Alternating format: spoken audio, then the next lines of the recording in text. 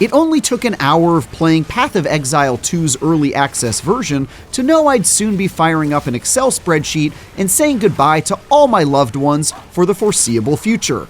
Just when I thought I was out, the heartless maniacs at Grinding Gear Games have pulled me back in with a sequel to one of my favorite action RPGs of all time. The gameplay, endgame mechanics, and insanely intricate build crafting all take massive steps forward, and even though it's subject to many of the usual early access jank caveats and suffers from some seriously stingy loot drops right now, there's already a lot to love about this fantastic, time-destroying ARPG.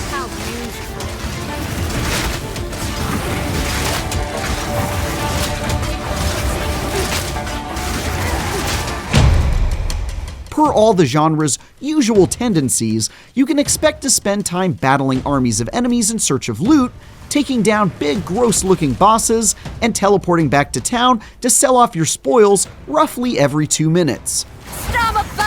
In its presently unfinished state, it takes about 60 hours of blasting your way through the first 3 acts of the campaign that are currently available of a planned 6, twice in a row before you unlock the impressively extensive endgame, where even more angry mobs and shiny gear waits for you.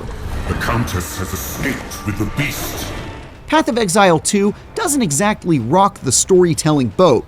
It sticks with the usual tale of horrifying abominations which threaten to destroy the world and immortal beings treating mortals as pawns. But that doesn't mean it's boring or without the occasional twist. The largest soul core I've ever seen. Getting to know the cast of characters and unraveling the otherworldly culture and history featured in each act is a particular highlight. I grew quite fond of Alva, a treasure hunter who loves adventure almost as much as she loves making quick exits whenever danger shows up. And getting to know the Maraketh, a brutal group of desert survivalist nomads, was very compelling. We don't know what the second half of the story has in store, so the jury's still out on whether or not it'll stick the landing, but so far, it's off to a decent, if not entirely original start. And while Path of Exile 2 plays it safe with the story, it swings for the fences when it comes to ambitious gameplay. The result is one of the most irresistibly playable action RPGs to date. After picking one of the 6 available classes, with 6 more planned to arrive by 1.0, you'll start down the long path of making heads or tails of the incomprehensibly complex skill trees. They almost seem like they were designed to be sarcastically dense, as you slowly piece together a build you like. Like, just look at how big this thing is. You'll then bring those abilities to bear on all manner of zombies and weird lizard monsters in a relentless hunt for loot and XP that, if you're as eager to smash the next fleshy piñata open to see what's inside as I am, is prone to keep you up long into the night. Throw in the fact that maps are procedurally generated and offer a pretty high degree of replayability while also managing to feel somewhat handcrafted, and you're liable to lose yourself for the better part of a week, like I did. It helps that each of the classes offers a unique way to play that dramatically mixes things up to a much greater degree than other ARPGs. For example, choosing the dexterity-focused ranger will have you keeping your distance, dancing around the map, and most importantly, focusing on your evasion stat, which gives you a chance to completely ignore attacks that land on you. But if you ever do manage to get hit by something big like a boss, you're toast. No escape! For my part, I spent the majority of my time as a witch focusing on a minions build that let my thrall do the fighting for me, so I often spent my time just supporting my undead homies and shouting words of encouragement. The high level of gameplay diversity is really impressive stuff, and something I haven't seen Path of Exile 2's contemporaries achieve.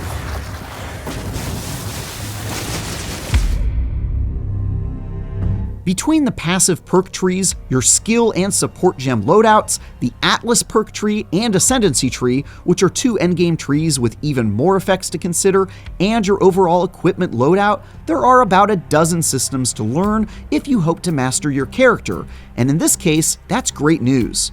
When you decide to play them more than casually, ARPGs are all about burying your face in complicated menus, searching for the most powerful possible combination of stats, and Path of Exile 2 delivers on this front even more than its predecessor. It might take a while, quite a long while to figure out how each piece of the puzzle works, especially if you're diving in early before the hardcore crowd gets a hold of it and creates step-by-step recipes you can follow. But doing so makes for an awesome time if, like me, you're into that terribly nerdy business. Where Path of Exile 2 definitely falls short at the moment, however, is with its loot. That's not because the items you get are bad. Finding a scepter that let my witch summon even more undead minions was quite nice, for example. It's because it's incredibly stingy. There seems to be no protection at all, and ensuring the loot that drops is geared towards your chosen class. And even if you find stuff that is, it's often not good or won't work with your build, since you'll frequently require highly specific items to improve upon it. I didn't even see a single unique rarity item drop until I had played for over 60 hours, and when I finally did, it was a bow that my magic-focused character had no way of using. You can always trade with other players for the gear you need, but it still feels pretty awful to grind your face off and not see anything worthwhile come of it, especially if you'd rather not interact with other people. If you plan to jump in at launch, hopefully you really enjoy your first playthrough of Path of Exile 2's first 3 campaign acts, because right now, you'll have to give them a second go if you want to reach the endgame. That's because instead of finishing all 6 acts for the early access build, Grinding Gear focused on the first 3 and wisely directed the rest of its attention to fleshing out the endgame so that it can be finally honed for the full launch. That was a smart choice generally speaking, but instead of letting you beat the first half of the story and immediately advance to the post-campaign grind, it instead makes you play through the whole thing twice, with no changes in the second run, aside from scaled-up enemy levels. Even though I enjoyed the story, playing it all again back-to-back just to reach an arbitrary character level makes things unnecessarily repetitive at the moment.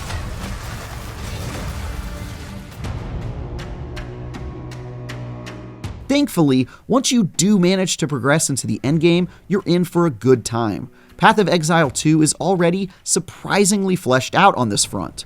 The main course is the Atlas, a massive, procedurally generated map that lets you explore nodes to reach objectives, including mysterious merchants, hidden boss fights, and more surprises lying in wait.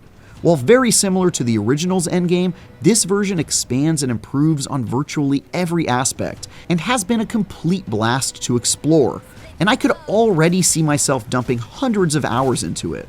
Beyond that, there are trials that pit you against special objectives and challenging modifiers to unlock powerful rewards and progress down your ascendancy perk tree, as well as an endgame boss that serves as the final gauntlet for Path of Exile 2's most dedicated adventurers.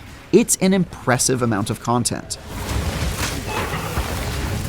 That said, a robust endgame hasn't saved Path of Exile 2 from much of the usual jankiness that comes with early access. I saw everything from the minor stuff like frame rate hiccups to the extremely infuriating stuff like that time a patch deleted all of my skill gems, support gems, and my best weapon. Per usual, I recommend waiting to hop in if you're the type of person to throw their keyboard out the window when things don't work as intended. It's actually a testament to how good everything else is that these issues didn't completely turn me off from continuing to play. At its early access launch, Path of Exile 2 is already shaping up to be the sequel we've been waiting for. Everything from the refined action RPG gameplay to the surprisingly fleshed out endgame has seen major improvements, and the half of the story we've got so far shows plenty of promise, even if the setting feels a little generic in the realm of dark fantasy worlds. So nobody's coming to save us. The downside of playing in early access, though, is that you'll have to slog through all 3 acts twice to reach the endgame, the loot game still needs some major tweaking, and some mild to severe technical wonkiness threatens to take the wind out of your sails. But it's nothing that makes me concerned for the future of this expansive sequel. Even while we wait for 1.0, Path of Exile 2 is already a stellar way to lose dozens of hours and a clear leap forward for the series. For more, check out our reviews of Indiana Jones and the Great Circle, or Stalker 2: Heart of Chernobyl. And for everything else, stick with IGN.